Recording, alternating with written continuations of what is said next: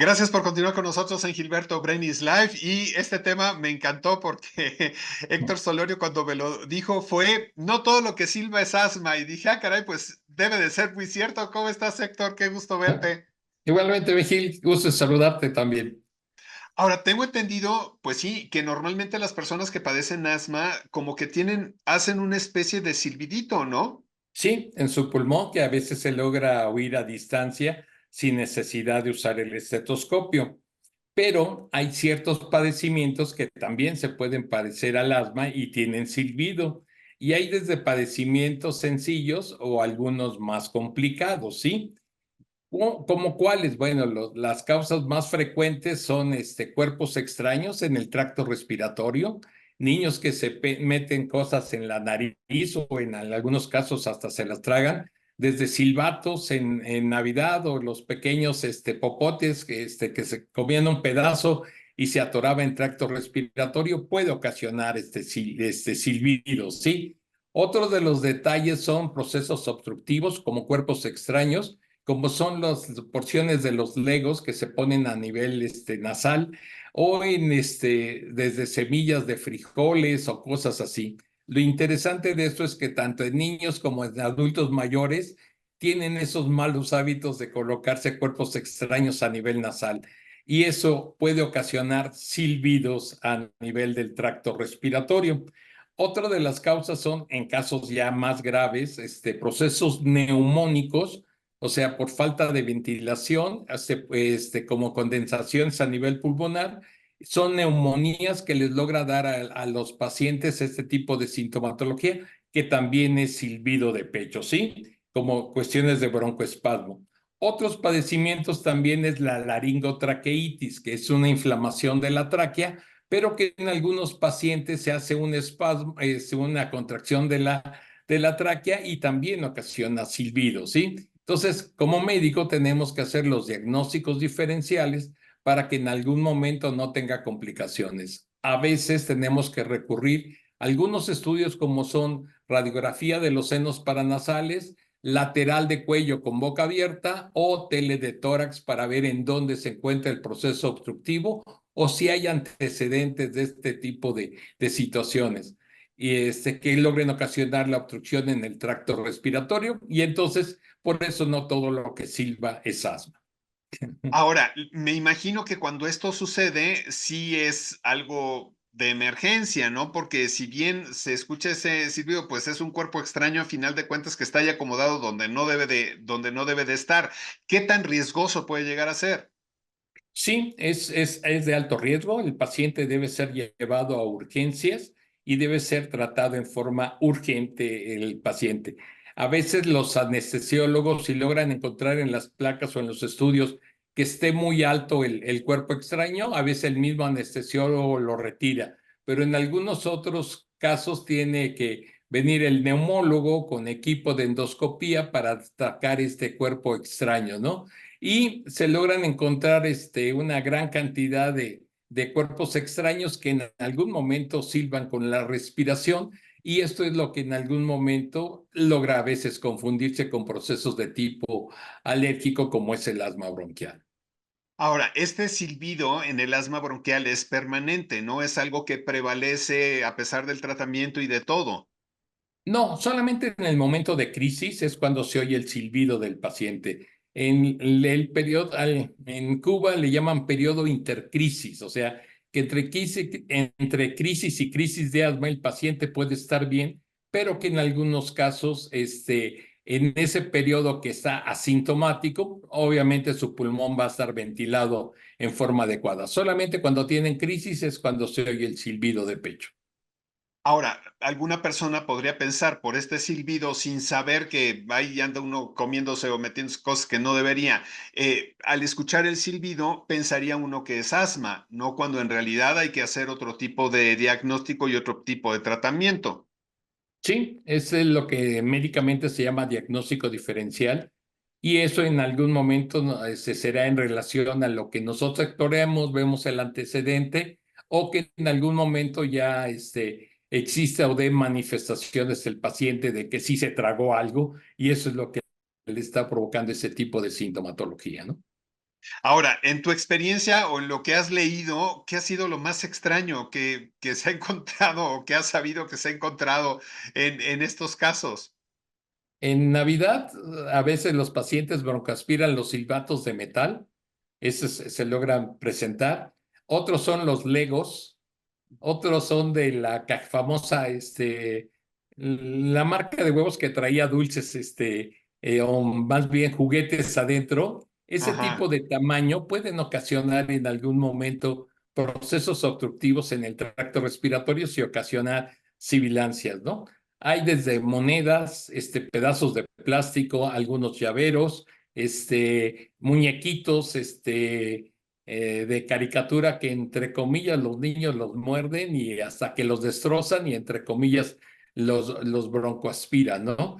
Esas son de las causas más frecuentes, ¿no? Y los objetos más extraños que pueden encontrarse en los pacientes, que te digo, por edad se los llevan a la boca. Te digo, lo extraordinario es que en pacientes adultos mayores a veces logran encontrarse también malos hábitos, pero que en algún momento ya la gente mayor que no tiene alguna actividad se mete desde semillas en la nariz y no avisan y cosas así extrañas a nivel del tracto respiratorio y eso es lo que provoca el silbido en este tipo de pacientes. Ahora, porque una persona en su sano juicio se metería una semilla en la nariz, como por ocio, o hay algún tipo de, no sé, de padecimiento que haga que quieras meter algo en la nariz.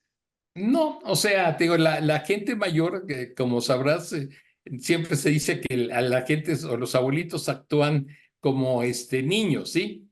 Y de entre ese actuar de niños, a veces, qué sé yo, en la familia los ponen a limpiar los frijoles y suceden este tipo de detalles, ¿no? O entre comillas, algunas cosas de juegos, que había donde había cochecitos y pirámides y cosas así se los meten en la nariz, ¿no? ¿Por qué? No sé, no hay una explicación lógica, ¿no? Si fuera muy lógica ya no lo harían, ¿no? Pero en adultos mayores, sí tenemos que estar pendientes de evitar ese tipo de cosas o cuerpos extraños porque vuelven a actuar, en ese tipo de conductas y se logran encontrar. Y a veces también, digo, en accidentes mencionabas los Legos, por ejemplo, yo que soy fanático de los Legos, en muchas ocasiones con los dientes he separado piezas, ¿no? Cuando a lo mejor me equivoco y estoy armando y hay piezas tan pequeñitas que a lo mejor no tienes algo con qué jalarlas o con qué, y yo he llegado a quitarlos con los dientes y pues puede suceder que en un movimiento de esos, pues se vaya para adentro la pieza, ¿no? Sí puede ser un accidente que debemos de estar ahí muy, muy atentos porque efectivamente son piezas muy, muy pequeñitas o las de estos huevos también de chocolate son juguetes muy pequeñitos y curiosamente son para los niños. Sí, y te digo, ya conociendo todo este tipo de detalles, te das cuenta que en algún momento no deberían de suceder esos accidentes, pero no está uno libre de hacer una broncoaspiración, ¿sí? O en algún momento, te digo, de los juguetes más extraños que te puedas encontrar, pedazos o fracciones de ese tipo de cosas.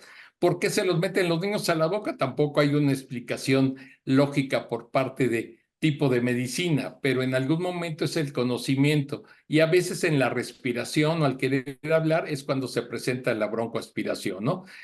Recordarás que cuando es uno chico siempre los papás nos exigen que cerremos la boca para la hora de comer, pero algunos chiquitos, entre comillas, cuando tienen problemas de tipo nasal y que no pueden respirar bien, tienen que jalar un poco de aire por la boca y es cuando presentan ese tipo de cosas de broncoaspiración. Y ahora bien, la absorción de ese tipo de cuerpos extraños son en décimas de segundo, ¿no? O sea, que a veces los papás están enfrente de ellos y no saben cómo sacarlo y en lugar de quererlo sacarse, a veces lo introducen más, ¿no? Entonces, sí tenemos que tener mucho cuidado con cosas pequeñas con los niños de cualquier rango de edad porque pueden presentar esa broncoaspiración.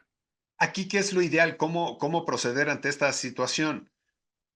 De primera instancia, digamos, no sangolotearla mucho, porque en algún momento, por ejemplo, en el caso de una moneda, queda a veces perpendicular, pero si se queda en forma horizontal puede ocasionar la obstrucción y ahogar al mismo paciente. Entonces, sí, moverlo con mucho cuidado al niño, pero llegar al hospital y hasta si es posible, hasta avisar que, entre comillas, llevan a un paciente que broncoaspiró algún cuerpo extraño para que tanto anestesiología como neumología o endoscopía estén pendientes para hacer la extracción de ese cuerpo extraño.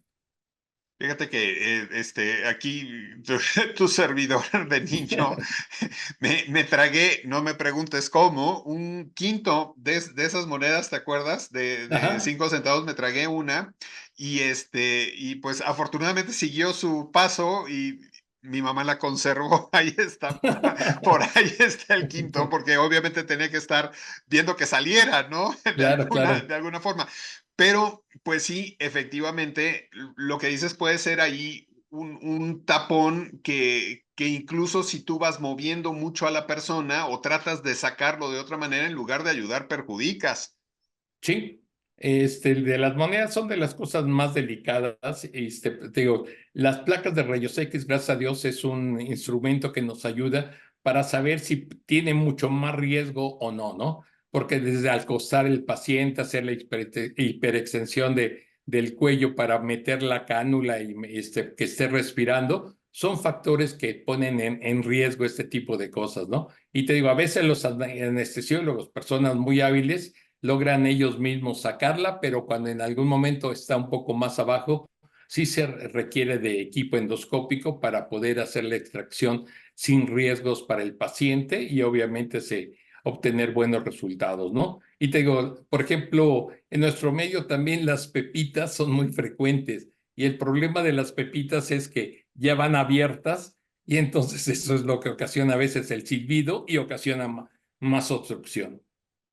Fíjate que a mí con algo que me pasa y que de hecho he dejado de comer porque me da una sensación un tanto cuanto extraña son las palomitas de maíz. Ves que a veces las cascaritas yo siento que se me quedan atoradas en algún lado y siento que está ahí, y por más que tome agua, que haga buches, que me lave, que me limpie, siento ahí que está la cascarita. Y yo no sé si eso es normal o no, pero es algo que a mí en lo particular me molesta mucho y lastima además. Sí, claro. En algún momento la cáscara de maíz puede hacer factor irritante y el paciente susceptible puede dar manifestaciones de irritación. Otros son los compuestos de mantequilla y parte de la sal, lo que da la sensación de inflamación local a nivel de garganta, ¿no? Y lo mismo pasa con la situación de la espina de pescado, ¿no? O sea, tal vez ya no la tenemos, pero queda la sensación durante un buen tiempo como si la tuviéramos ahí, ¿no?